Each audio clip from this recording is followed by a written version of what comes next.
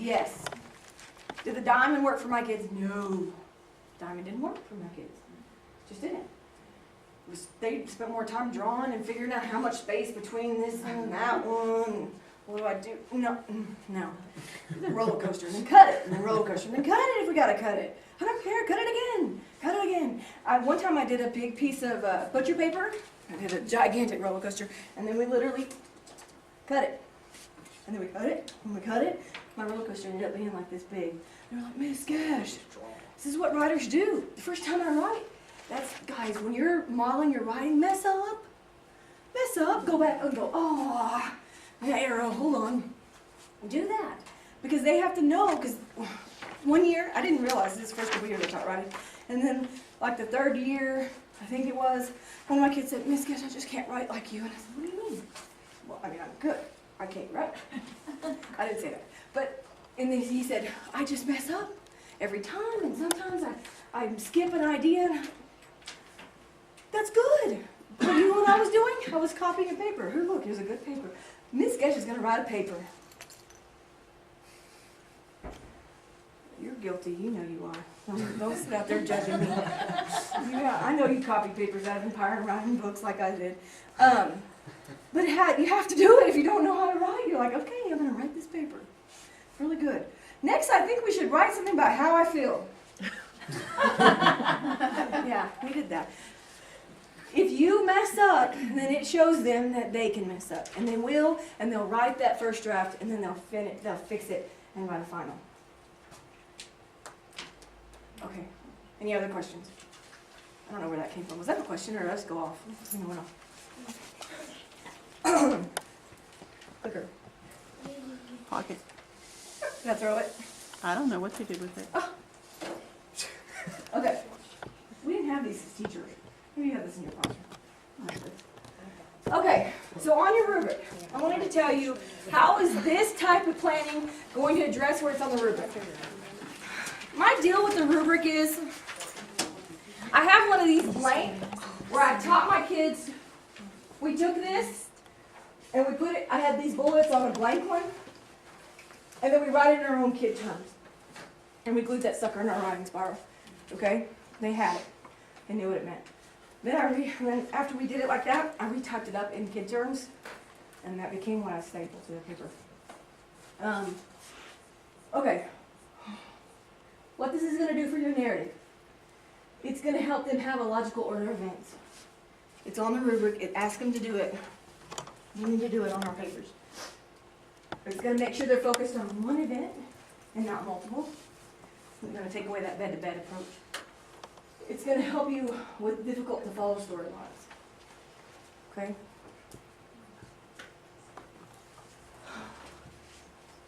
All right. I'm going to kind of zip through this because you did get the PowerPoint.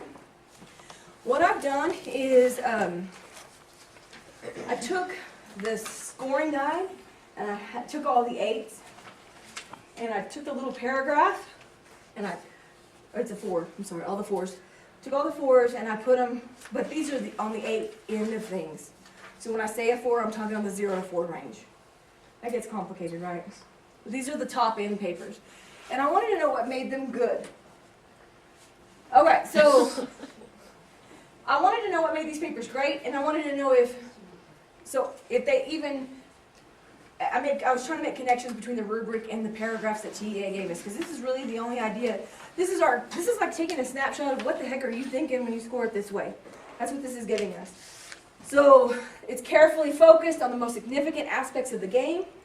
So that is what narrowing your focus does. That's what doing this does for you. Okay? Building anticipation for the pitch of the home run. They made that climax. They built towards it, had it happen, and then came off of it. Okay? The writer processes so he has steps that he did. Lots of action. Okay? That help strengthen that narrative. Narrow the focus on a swimming race. It flowed smoothly from the challenge, the warm-up, the rules, the race, and the results. They look at that. Is it obvious? Can you see these things? They're pulling them out of the papers. Okay? Let's talk about expository. I'm going to talk about bubble maps. Some of you said bubble maps for narratives. I've never done that. I don't see how. In my mind, it doesn't work because I'm weird. To me, bubble maps will only work for an expository, but once again, I'm a weirdo. One thing I'm going to just talk to you real quick, and then we're going to move on to the kernel. How many of you went to this training? I saw you there. Sweet. You and me. You want to come up here and help me teach it in a minute? Oh, yeah. Okay. We're good then. Okay, so one thing about the bubble map that people have a tendency to do for expository is they let the kids pick a topic, and then they just let them write, and then they let them, and then they, oh man, I'm just going to keep, woo woo, and they just, I think the kids just like to draw bubbles and sticks. Okay? Every time I did it was for a purpose. So when I wrote my topic, let's say for instance, favorite time of year, Christmas. I mean, that's an easy one. Hello. Okay? What are some things you like about Christmas? Tell me, class. Tell me something you like about Christmas. Food.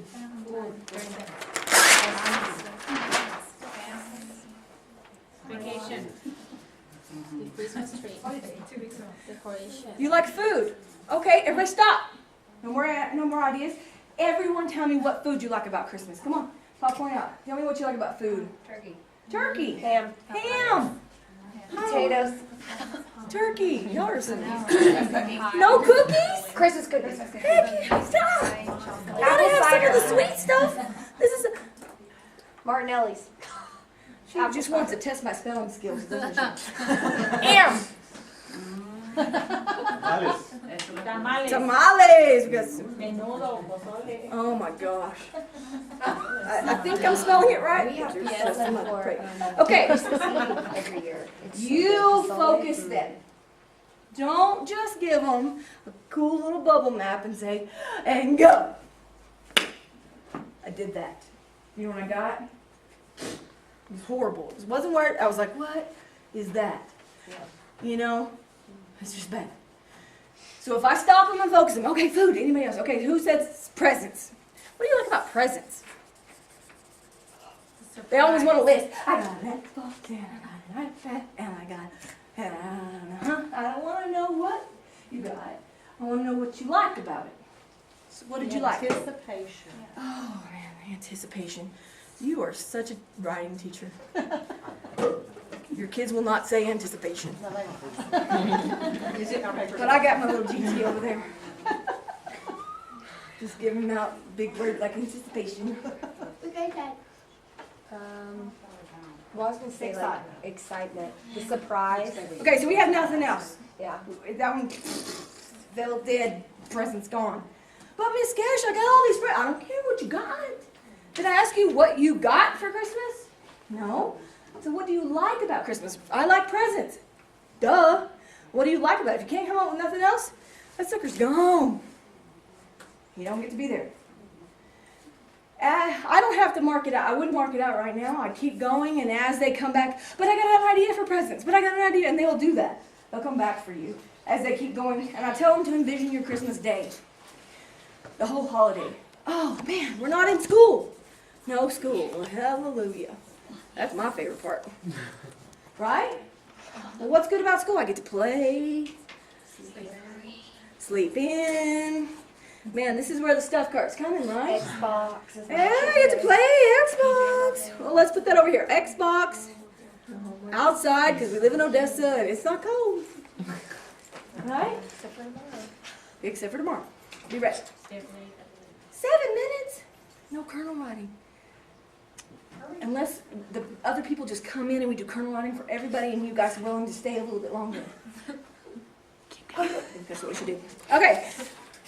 Now, that's one way to do it. Or you can just say, let them quick write. Let them just have diarrhea of the word web. Just throw it all on there like they like to. So, which is what they'll do. You get all these random ideas. So I get to play Xbox. So we're going to do something called clustering, okay? I get to sleep in. I get to have some food. I want to be very specific. Let's see what food I get. Candy. Oh, but Miss Gish, I get cookies. Oh, but Miss Gish, I get presents. Oh, but Miss Gish. Help me out, people. My cousins come over. Oh, I get to see my family. My cousins and my aunt and my sister-in-law. Well, that's weird. You're a kid. Never mind. Okay, right? So that's what you get. Now we get to say, okay, let's star everything that can go together. What do you see that could go together? Oh, well, this is all a part of the vacation. Because of my vacation, I cannot draw a star. I get to do this, and I get to do this. It's all there. Food. Let's box all the food. So this is vacation. We're going to box all the food. You see what I'm saying? Yeah. So you can let them have the diary of the paper. Yeah, I know you're all ready for me to stop saying that. But clustering it. Let them determine the topics. Guess what this just becomes? Here's my controlling idea. Here's my thesis statement that I don't have to say. I've done it.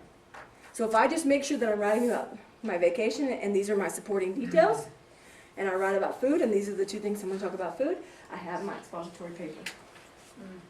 Okay? Going back to this one, if I want to do a controlled one, I've got my two ideas. I wrote about it. Once they start seeing the cluster, then they can say, well, I got another idea for vacation. I get to sleep in, I get to blah, blah, blah. And then you can start adding to it and starring it at that point. Okay? Once again, these are all ideas. This is what worked for my kids. Okay? That was the hardest part for them to do, is to figure out how to categorize it into these things. How to see it and know that that's all food. How you feeling?